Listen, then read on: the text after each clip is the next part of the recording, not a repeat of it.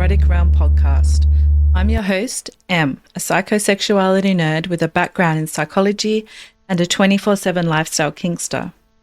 Here on the Erotic Realm, we delve into the depths of erotic psychology, unpacking the mysteries of desire, the stories that shape our sexuality, and the unique ways we connect with ourselves and others. My mission is to create a space for introspection, education, and open conversations that not only challenge how we think about eroticism, but also humanize kinksters by sharing authentic stories and insights into their lives. If you enjoy what you hear, don't forget to follow the show and leave a rating. It helps more people discover the erotic realm. Now it's time to introduce today's guest.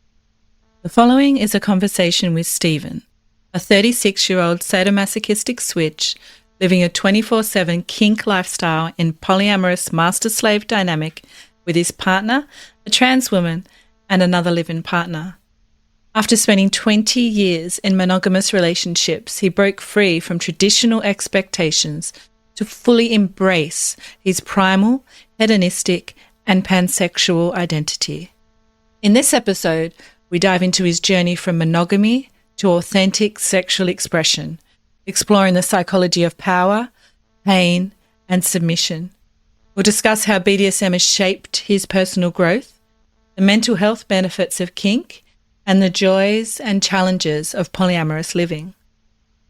Get ready for an intimate, raw, and unfiltered exploration of what it means to live your truth through kink and connection. Hi everyone, and welcome to the Erotic Realm, where science meets the stories of desire.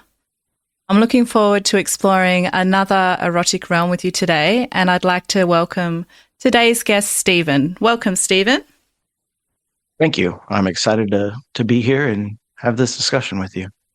Great. So I'd like to start by learning about your erotic realm. Can you tell us, how would you describe your sexuality and what roles do you inhabit within your sexuality? For me, sexuality started pretty early on. Mm-hmm. I can think back to very early adolescence and into my early teens, exploring and finding pornography at a friend's house or something like that. And I think those early experiences and interactions, while I didn't realize it at the time, ended up shaping where I'm at today. I was sexually active pretty early at 13, and then everything was what most would consider normal in my sexuality, just nothing out of the ordinary or anything we would consider kinky or taboo or anything like that. Until I was a little older, into my 20s is when I kind of started to explore the kink and fetish world. I came across some websites and really started to delve into what all of that meant for me. But kind of stayed more in the shadows, just observing and viewing and not really participating in anything. I was in a monogamous relationship and it wasn't really conducive to anything like that. Mm-hmm. That built some desire that I had to suppress, like I feel a lot of people go through. And after getting out of that relationship and now being in my 30s and being at a place where I can explore and really feed into all of those wants and needs and desires, I'm at a place where I'm free to express my sexuality in any way that I see fit. I've got two great partners. I'm in a polyamorous relationship. I've got two great partners that encourage exploration. So if I was going to put a title on it, I consider myself Um, Kinky, at a minimum, bisexual. Um, that's probably it. Okay, thanks for sharing. So for those who may not know, I ask my guests to just fill out a form describing a little bit about their sexuality before they come on the podcast. And just looking at yours now, you mentioned a few different roles. I was wondering if they still sit right for you because it's been maybe a month or two since you filled it out. You had primal sadomasochist, primal switch, beta, brat, and hedonist. Can you speak to each of those roles and if there's still something that you're exploring and you identify with? Yeah, all of those roles still very much identify Mm-hmm. in my day to day life. I am in a 24/7 dom sub relationship with my primary partner, Mm-hmm. and so a lot of what we do um, kind of plays into the sadomasochist area. She's very much a sadist, and with her, I am strictly a masochist. Mm-hmm. Outside of that, when I play with other people or have interactions, a lot of times I am more on the sadist side. Um, and then the primal predator and primal prey is something that we're still exploring within our 3-person polycule or poly family that we have. Mm-hmm. It's something that is kind of ever evolving and doesn't always look the same depending on how I feel that day or how either of my partners feels that day or what's going on in our lives, what outside influences we've had. Can very much determine how the primal side of things plays out. Wonderful. So, what is primal to you? Because I know a lot of people that identify as sadomasochist or a switch, but you've put down primal sadomasochist and primal switch. I'm just wondering what you think the difference is between a straight switch and a primal switch and a straight sadomasochist and a primal sadomasochist. Can you speak to that a little bit there? Yeah, I think the primal side of things is more natural. Mm-hmm. To do a sort of a primal scene, I don't need to go to um, a local BDSM club and have a St. Andrew's cross or a spanking bench. I don't need to have floggers or a whip or a riding crop. It's it's getting in touch with yourself and your body and your sort of animalistic side. It's kind of breaking down the sexuality and eroticism behind you as a person and the person you're playing with as a person, and doesn't really need a lot of extra things. You have your teeth and your hands and your nails and strength and or lack thereof, and you kind of play on that and use um, a lot of your senses as opposed to tools or techniques. So it's about getting more into your animal side as opposed to being more cognitive. Is that what you're saying there? Yeah. Mm-hmm. Love it. So, Stephen, what do you hope listeners will gain from hearing about the psychology behind your eroticism today? I hope they gain an understanding that regardless of where you're at in your life, where you're at in your erotic or sexual journey, Mm. there's always more to explore. And if you're at a place where you feel restricted, um, they they feel encouraged to broaden out if possible, given everybody's individual relationship status. Sometimes that's not as easy as others, but that they'll understand that nothing in life is forever. People change, relationships change, dynamics change. And if there's something that you want to explore or experience, I would encourage anyone to do everything they can to make it happen, because you don't know what you're missing. Beautifully said. So you mentioned in your podcast form that you were in a monogamous relationship for 20 years.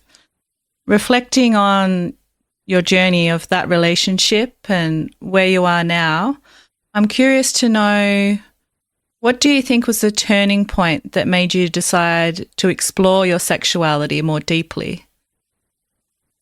It was always something that I desired. Mm-hmm. There always seemed to be a sort of deep-seated underlying desire to have more than I had. Um, so those 20 years of monogamy was across two different marriages, and I wouldn't say that they were necessarily 100% vanilla, or lacking of any kind of kink or outside of the quote unquote norm of sexual exploration. Mm-hmm. But it wasn't to the level I desired. There was also a very big stigma on any sort of sexuality, with anyone other than a cisgender female. Mm-hmm. Um, and so coming out of those 20 years of monogamy and being at a place in my life where I kind of put my foot down and said, I'm not doing that anymore. Mm. I've done it for 20 years across two different relationships. I've lived that life. I've experienced what there is to experience there, and it wasn't working for me. Day to day, I was happy with my interactions with my spouse at the time. But overall, I was not in the best place. And so stepping away from all of that and finding a community where I could explore and where I could learn about all of these different things that someone can find in the kink and BDSM lifestyle, was very relieving. And then to find not one but two partners that encourage so much exploration and learning, has just been absolutely amazing. So I've gone from not a great place to I'm living the best years of my life right now, and it's all due to sticking it out through those years of monogamy and knowing that there was something better out there, but kind of being patient and waiting until it was my time to experience them. So what advice would you give to someone who's struggling to feel fulfilled in a traditional relationship, but they don't know where to start exploring their sexuality? I think, it's going to be different for every individual based Mm-hmm. on how open their partner is to exploration, or even as small as how open their partner is to communication. Mm-hmm. You know, some people could bring up the fact that they want to explore something with BDSM, and their partner may have a panic attack, and that's kind of the end of that until their partner can see it a different way. There's also people that you may not know that your partner also desires something bigger or something different. And so I would just encourage everyone to find the power within yourself to have a conversation. You don't have to shape it as this is what I want. It's my way or no way. You don't have to shape it as anything that it's not. You know, if you have something that you're curious about, talk to your partner. If they're receptive to it, that's fantastic. If there's something that you can find an example of in porn or in written erotica, and you think your partner might be more receptive to seeing it or reading it in sort of an erotic setting as opposed to you sitting down at the kitchen table and talking about it, that can also be a really good way to open a conversation. You know, you can judge their reaction, and if it seems positive, you can talk about it. What I would encourage everyone to do is not just accept what they think their partner might do or how they think their partner might react, because oftentimes you could be very surprised. I 100% agree. Communication is the key to most relationship difficulties. So thanks for sharing that. Now, as part of the podcast, I like to explore a quote around sexuality. And today's quote comes from none other than Sigmund Freud. So Freud once said that sexuality is the great field of battle between love and self-love. And hearing your story of 20 years in monogamous relationships where you felt unsatisfied and comparing that to where you are now, it feels like you've been on that battlefield yourself. So what do you think about this idea of sexuality being a tug of war between love and self-love? Did you feel like those years in monogamy were more about prioritizing love at the expense of self-love? And now, having embraced your desires, do you think you've found a balance between the two? Yes, I think that in those past relationships, there was definitely a sacrifice. And at the time, you know, I thought it was for the greater good of the relationship. Um,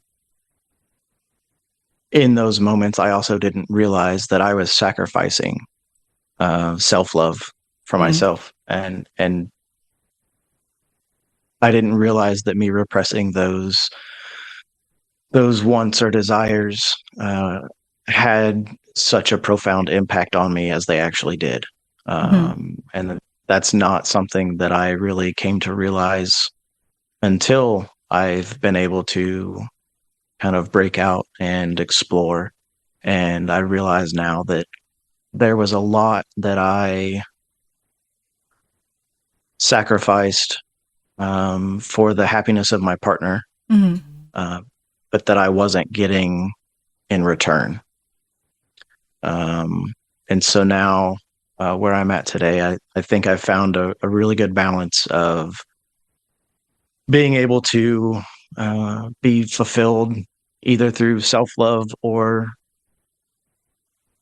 through giving love. And it is a balancing act, but it's something that with the help of my partners, we kind of keep each other in check. And there's definitely encouragement to make sure that you're spending time for yourself and not giving up on your day-to-day desires and hobbies and stuff like that, because it's so easy to become wrapped up in somebody, and it's so easy to forego a hobby that you really enjoy to spend an extra few hours with a partner. And that seems great in the moment, but that's also a really good way to build resentment down the line. Um, so we all sort of keep each other in check and make sure that we're balancing that staying right in the middle of that battlefield of love and self-love. Beautifully said. Now, I came across an article that I think touches on what we've been discussing in terms of kink and mental health, and I'd like to ask your opinion on it. The research revealed that BDSM practitioners tend to have equal or even better mental health compared to the general population.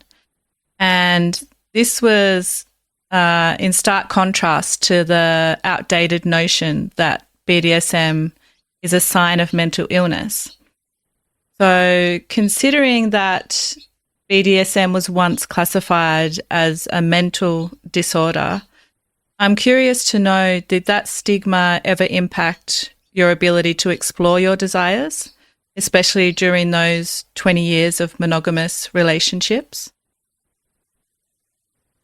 I don't think that stigma really impacted me directly. Mm-hmm. That was, I'm not sure what the driving force for my partners were back then, as far as why they wouldn't um, explore or be open to Mm-hmm. learning about something that was different from what they were used to. Um,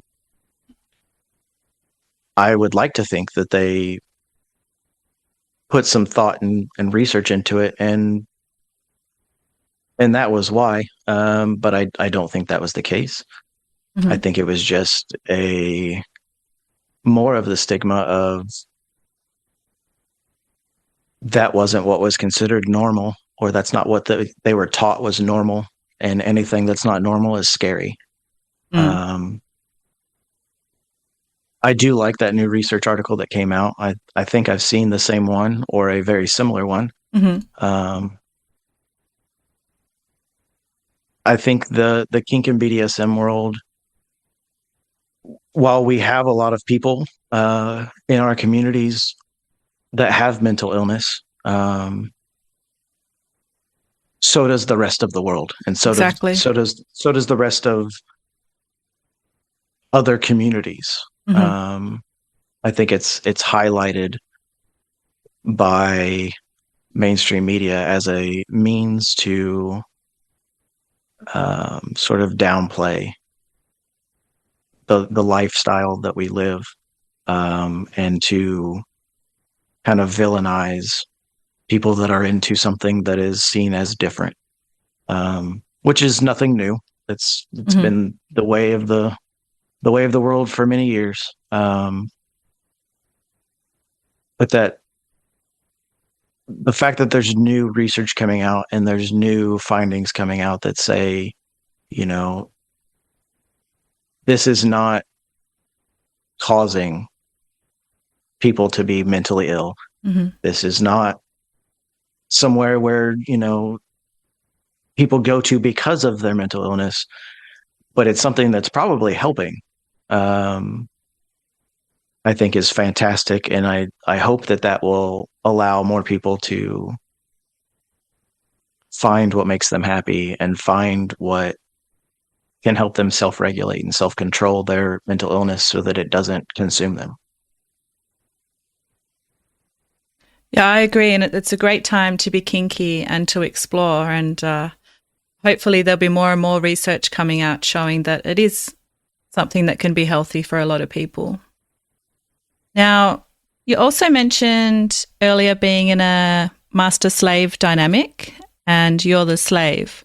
Can you tell us more about that and how this role has shaped your understanding of submission and power exchange? So this is something that is ever evolving in the current moment. Mm-hmm.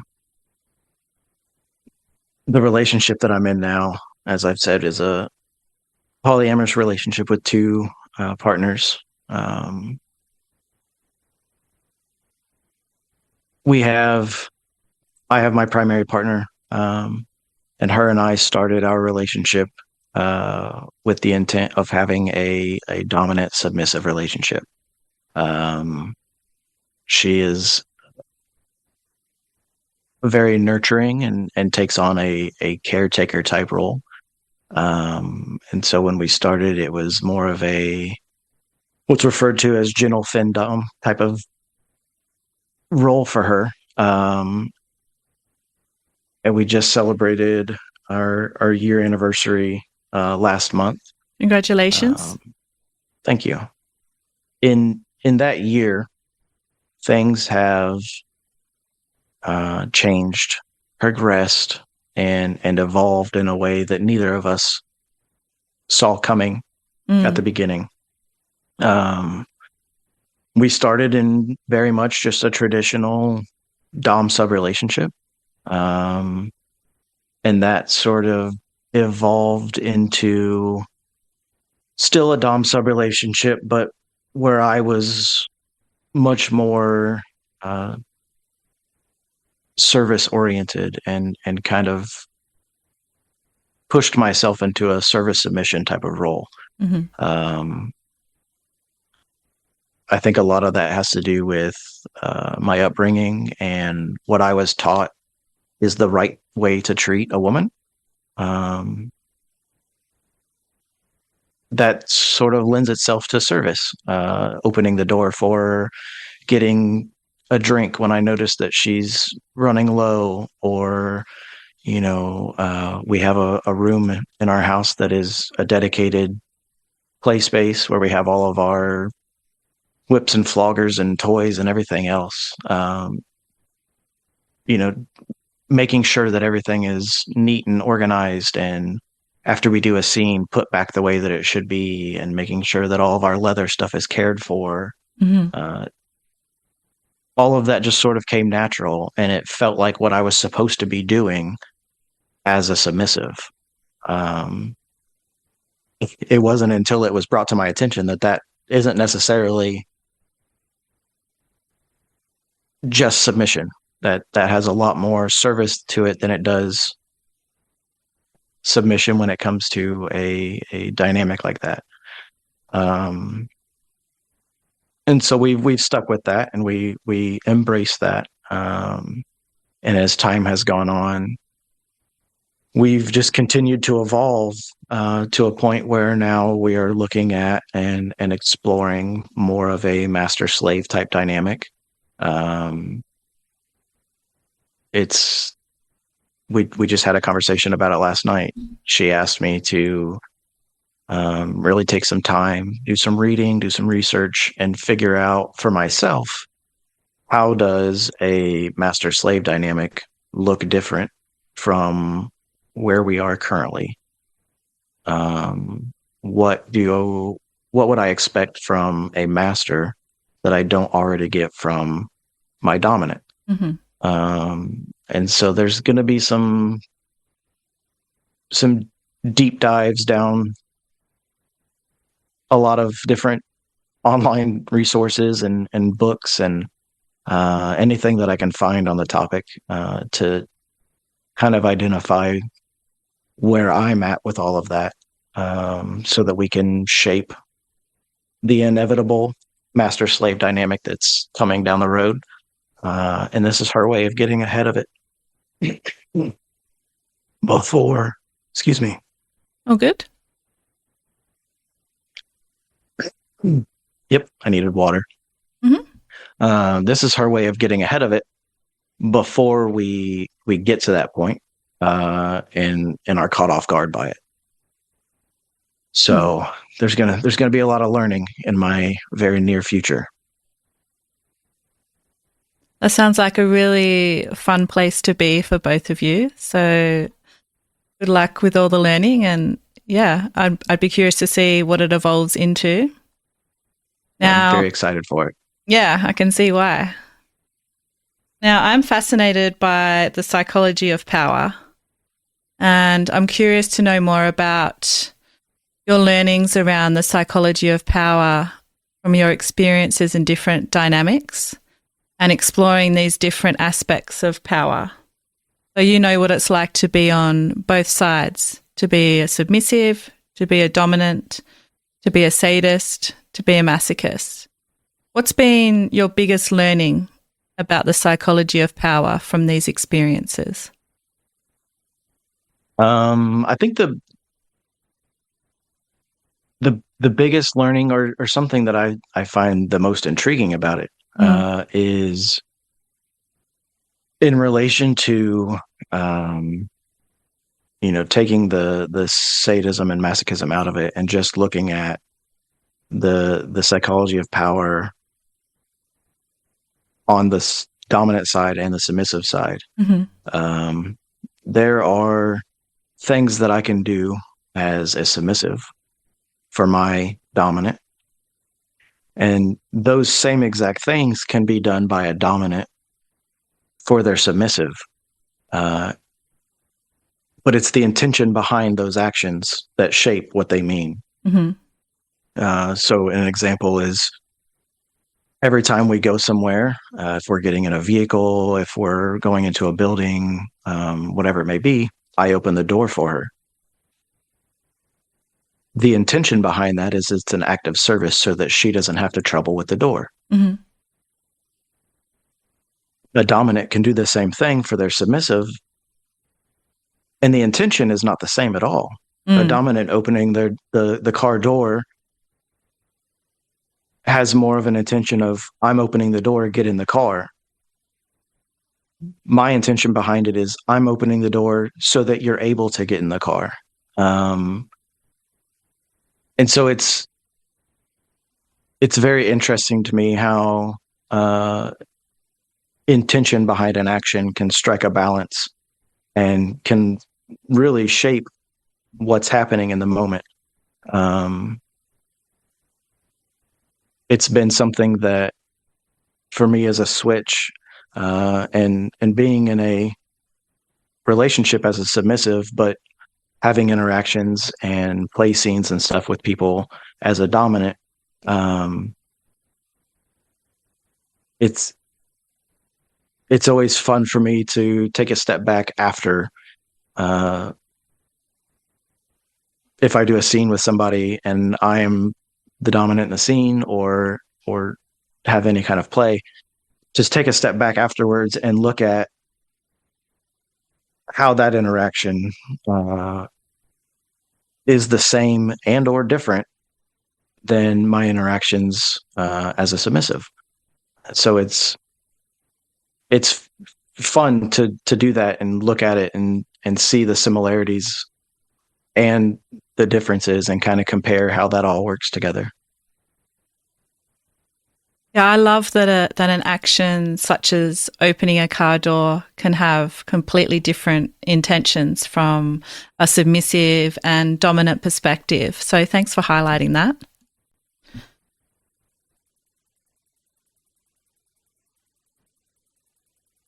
So, Stephen, do you have a sensation of when it's time to explore your dominant or submissive side? Have you found which role you desire to inhabit changes with things like stress, or which one you've had more of lately? I kind of, sort of. So I'm in a submissive role pretty much 24/7 in my relationship. That's an ongoing, everlasting thing. And while there may not be constant submission, the undertone is always there. We can have a normal interaction that doesn't involve any sort of dynamic things, but the knowledge that dynamic is there is still present for me mentally, and so the submissive feeling is sort of a constant. My desire for play as a dominant, I don't think is necessarily linked to anything like stress or any type of interaction or activity. It's more based on a partner's personality.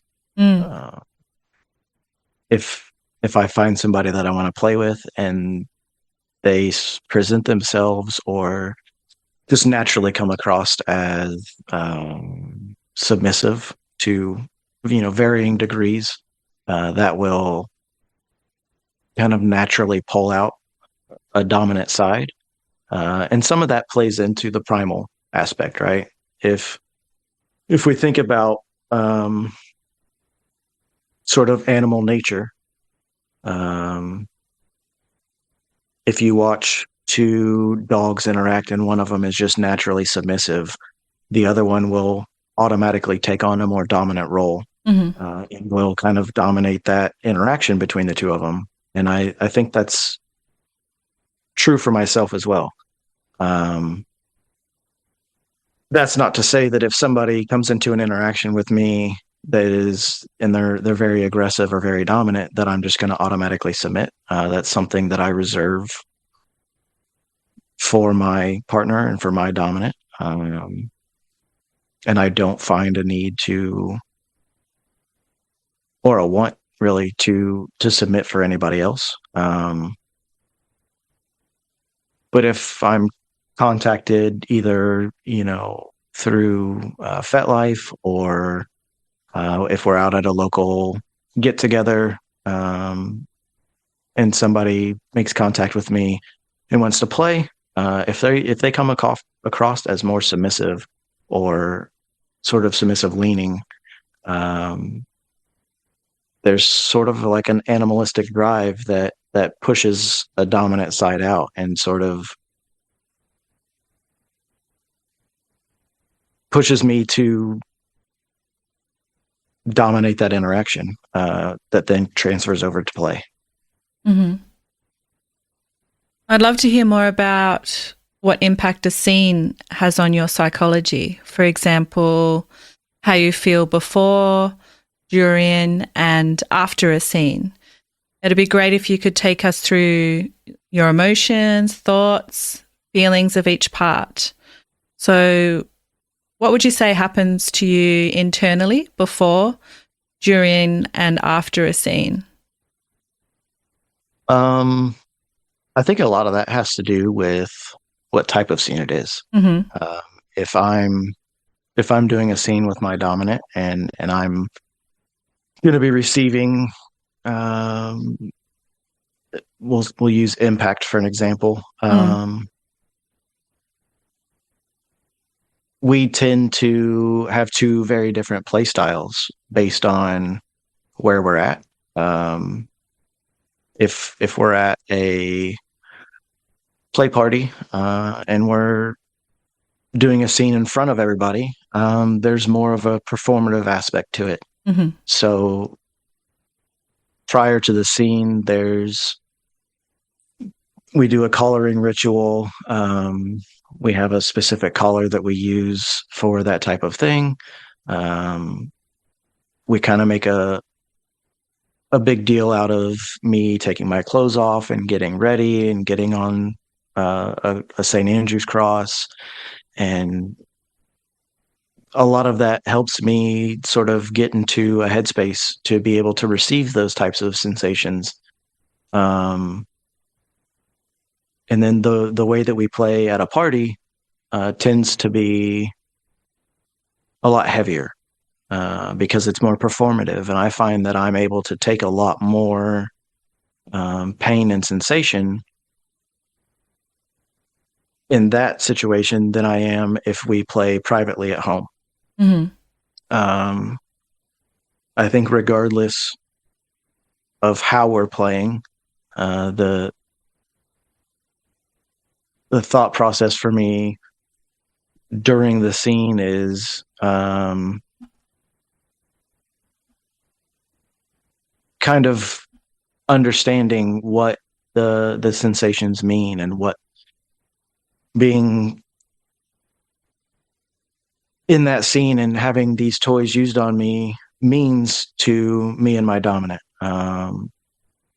people outside of the community that see or hear stories about an impact scene oftentimes think like, oh, how could you let somebody, hit you with a leather flogger over and over and over? And they think that it's abuse, or they think that it's a way for the dominant to vent stress or let out anger. Mm-hmm. And so for me, during the scene, a lot of what I feel is embracing the fact that it's not her letting out anger or getting rid of stress. It's one of our love languages. It's a way that she shows me that she loves me and that she cares for me. Because it's something that we both enjoy. It's something that I get a lot of physical and mental satisfaction out of, and she does as well. So just putting myself in a place where I can receive that type of love versus, a hug and a kiss, or going out on a romantic date, or any of the other varieties of ways people show each other that they love. That's just a very specific way that we show each other. After a scene, a lot of how I interact immediately after has, again, a lot to do with the situation and the environment that we're in.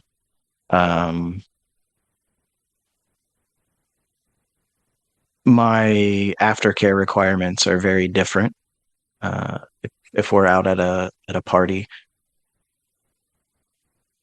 a lot of what I do for aftercare is very service oriented. In that I will go and clean up the area, make sure all of our toys are picked up, wipe down the station, and make sure that it's sanitized for the next scene that happens. And I tend to fall into a lot of service. If we're doing something at home and it's been there's more of a bond when we play alone because there's no performance to it. It is her and I interacting solely by ourselves, and there's a lot more emotion and sort of psychological aspects to it. So I tend to go a lot deeper into a submissive headspace, and coming out of that can sometimes be challenging. So I require a lot more touch and physical interaction and sort of loving care than I would any other time. And a lot of that is just having that reassurance and that sort of affirmation that what we did was good and that she enjoyed it, and that I was able to give her as much pleasure as she was to me. And so it's something that is very situation dependent and very dependent in scenes. Yeah, it sounds like you have a great communicative relationship. So thank you for sharing that aspect of kink. It's really important for others to hear these often less highlighted, intimate parts of the BDSM community. Now, you mentioned in the pre-podcast form that you can pinpoint certain moments in your life as contributing factors to your erotic identity. You said that at a very early age and the onset of the internet, you found yourself downloading videos of heavy BDSM and exploring European fetish porn magazines as well. Could you share an example and what this taught you about yourself? Yeah, so the European porn magazines, Hmm. my next door neighbor growing up, his dad had an old his late 60s Camaro that they had parked in the garage. And it was a project that he had that he was working on restoring. And there was a day when we went and we're just hanging out and decided to go look at the car. And we opened the trunk and it was full of porn magazines. I mean, there had to have been 100, Mm. uh, and a big majority of them were European fetish porn magazines, and it was stuff that you just didn't see on the shelves in the United States.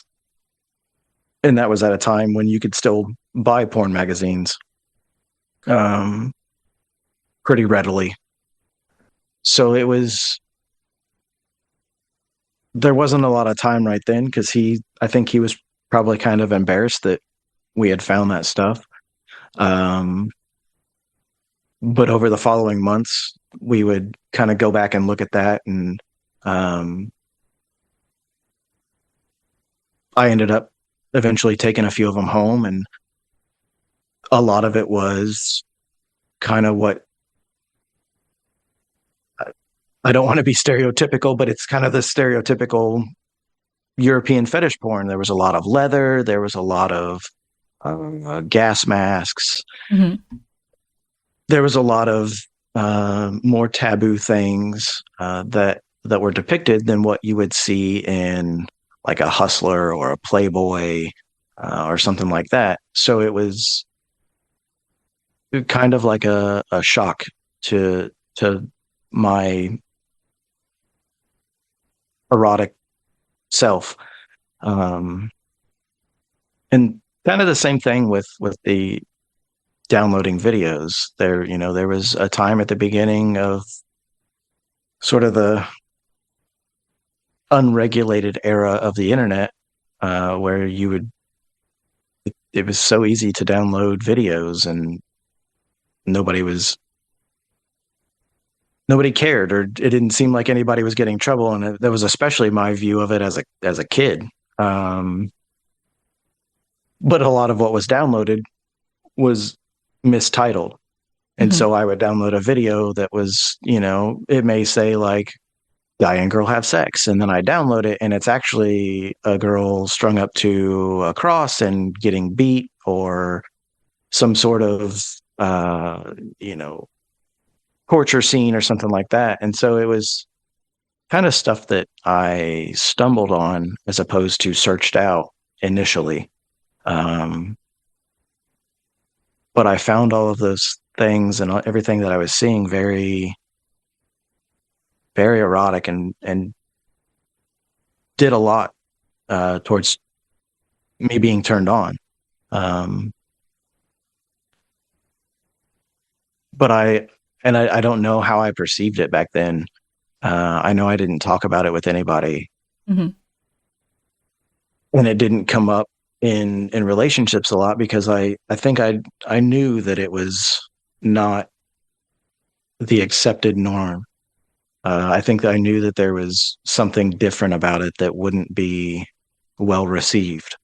Um,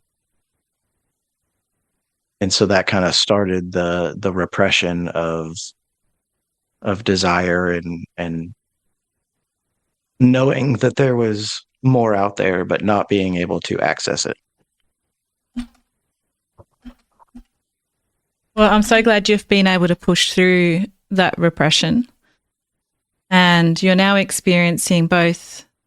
Oh, you're now experiencing polyamory. How do you think your perspective on love and commitment has shifted from experiencing monogamy to now being in a polyamorous relationship? It's it's been an amazing journey so far. Hmm. It's been something that has been a bit of a roller coaster of emotions, positive overall, but learning that there are people out there that are okay with you loving more than one person, and not only okay with it, but encourage it, Mm-hmm. um, has been such a huge relief. There was a time maybe 2 years ago where I didn't really even understand what polyamory was, or even had really heard the term that much. Um, and 2023 for me was a year of kind of self-reflection and self-education. And I sat down and started listening to a lot of podcasts and doing a lot of online research and reading of books, and kind of taking a deep dive into alternative relationship styles. Um, and so when I found myself free of relationships and had the ability to go out and kind of shape what came next, I had an understanding of what polyamory was, and sort of ethical non-monogamy as a big umbrella term.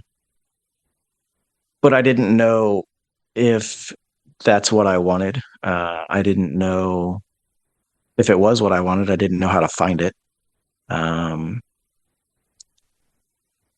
and so the polyamorous relationship that I've found myself in now, I kind of stumbled upon accidentally in the best way possible. Um, when we started our relationship, it was originally supposed to be me and my partner would have our own relationship, and her girlfriend would have their own relationship, and there wouldn't be a lot of overlap. Mm-hmm. Um, she would be sort of the hinge, as the term is used for a lot of polyamory. Um, and so that's kind of how we all started, was under that premise. And then as we all spent time together and learned about each other, we found that the three of us all got along really well. Um, and so that separation uh, kind of shrunk, and there was a little bit more overlap. And I can remember a time very early on where there were some awkward moments for me and what would be considered my metamor, because we didn't know exactly how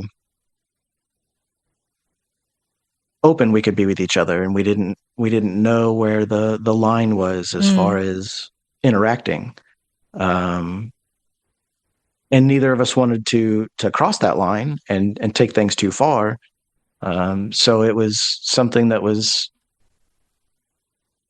kind of learned over time. But looking back on that, all of that learning and all of those interactions, it was fun. Mm. There was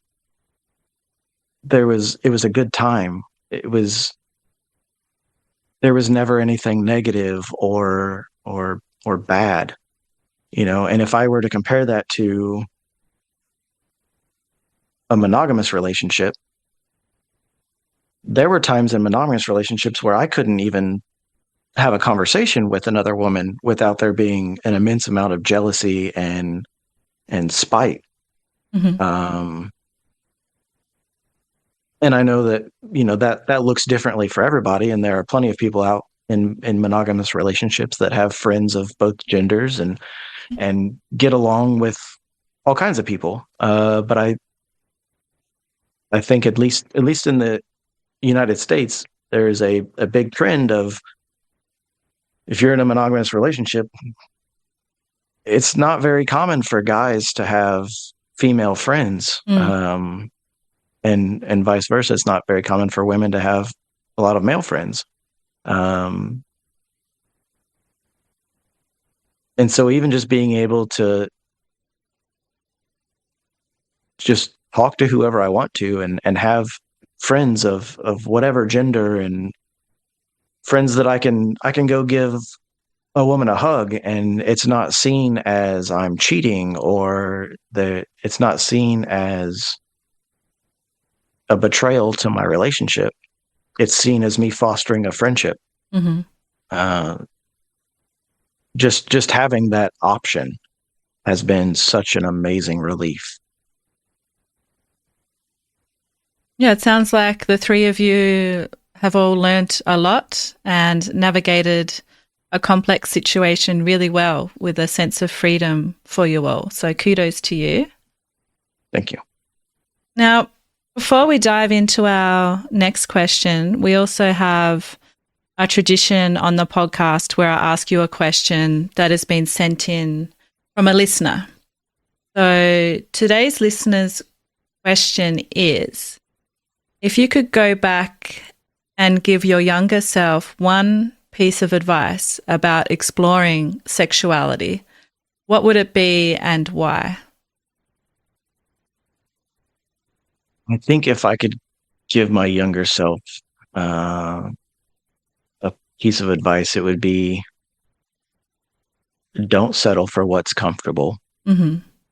Accept that the most uncomfortable things can lead to the most pleasurable things. Had I known that when I was, 18 to 20, there's a pretty good chance that I would be a lot further along in my journey. It could have gone a completely different way, and I wouldn't be where I am today. And I love where I'm at. Um, but I think if I would have known that, and known that putting myself in that awkward situation, or accepting that something was different and being different was okay, I could have been in a lot different place then. Mm-hmm.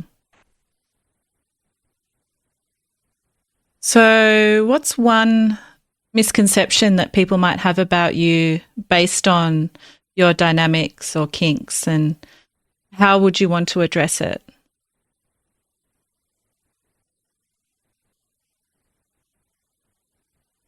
Think that's hard to answer, because Mm-hmm. I surround myself with so many people that are involved in the community, that Mm-hmm. and I'm very out in the open Mm-hmm. about my lifestyle and how I live, especially like on FetLife. Um,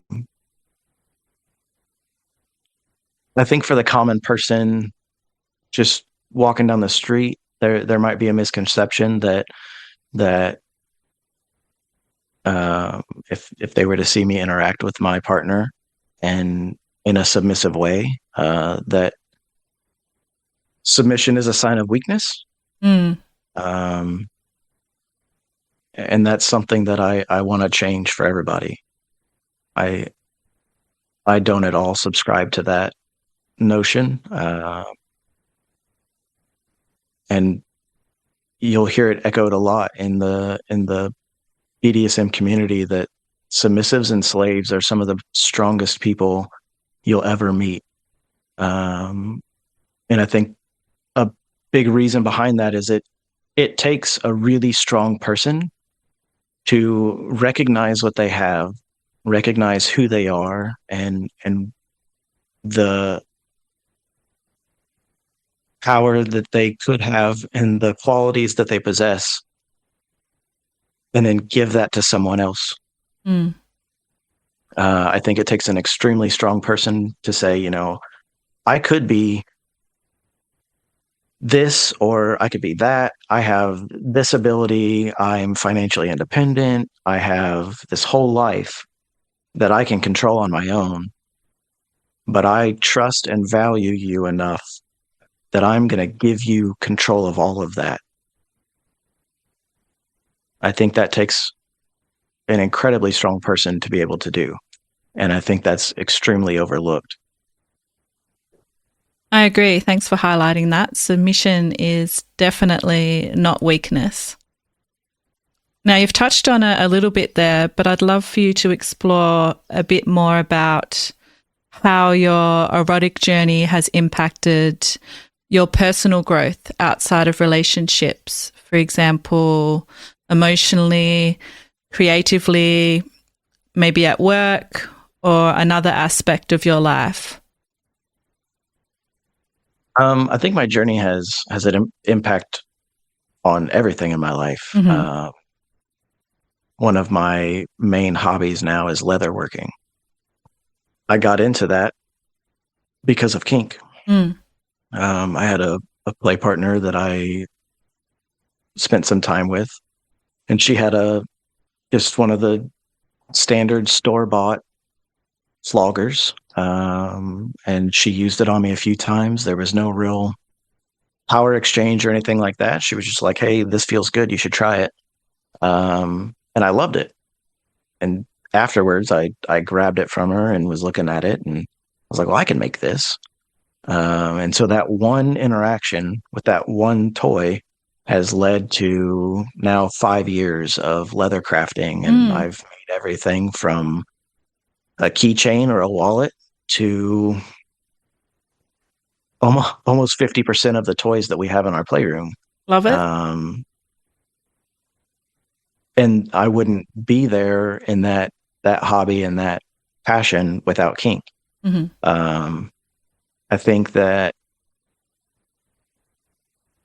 growing up, I wasn't exposed to a lot of diversity, whether that be culturally or race or sexuality.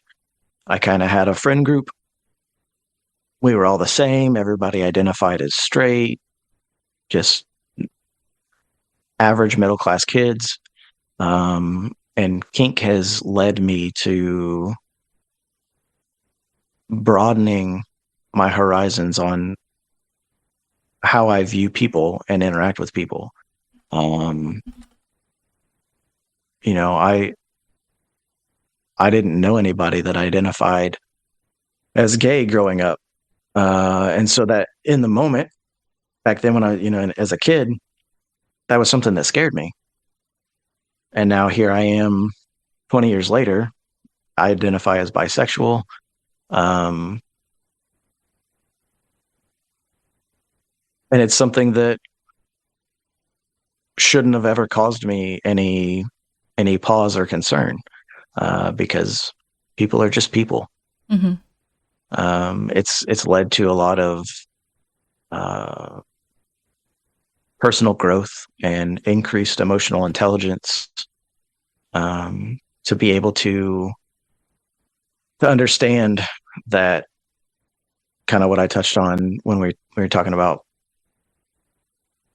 the emotions or what I feel when we play, that someone can take a flogger and hit somebody with it, and it doesn't mean something negative. Mm-hmm. um I can imagine that when I was a kid, I would see a scene like that and think the person was being abused, or that it wasn't a consensual thing and they were being used against their will, or something like that. And so to really explore those things on a much deeper level has led to uh, a greatly increased emotional intelligence and understanding of the psychology of people and how they interact with other humans. I'm so glad you've reached that place of self acceptance. You've had quite a journey there, Stephen. Now, a bit of a hard question. If I was to ask you to reflect on everything we've discussed and describe your sexuality in just one word, what would it be? Um,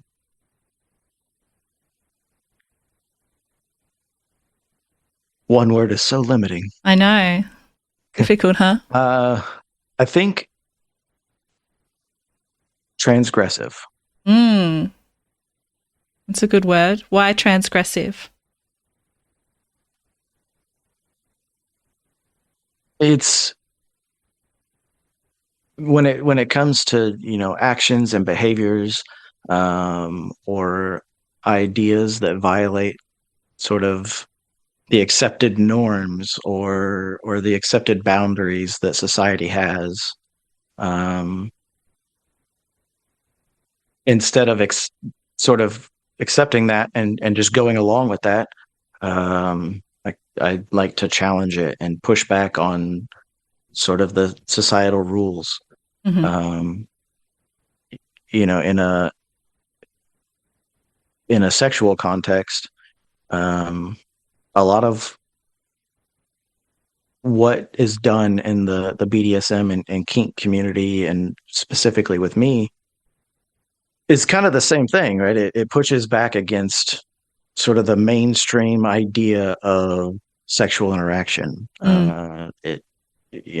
And instead we sort of embrace what is known as taboo or unconventional, and it's kind of a way to rebel and use that for self-expression and sort of pursuit of individual freedom. Yes, freedom is so important, and we love a rebel. So, Stephen, I'd like to thank you for being so open and sharing yourself with me and our listeners today. I'm sure a lot of people out there will resonate with your story. I appreciate it. Thank you again. This was great. Mm-hmm. I'm Em, and this has been the Erotic Realm podcast. If you enjoyed today's episode, I'd love it if you could follow the podcast and leave a rating or review. Your support means the world to me, and it helps the Erotic Realm grow and reach more people who may benefit from hearing the inner world of fellow kinksters. I'd also love to hear from you, my listeners, if you have questions you'd like me to ask on the podcast, want to be a guest and share your story, or if you're ready to explore your Erotic Realm one-on-one with a coaching package, head over to theeroticrealm.com.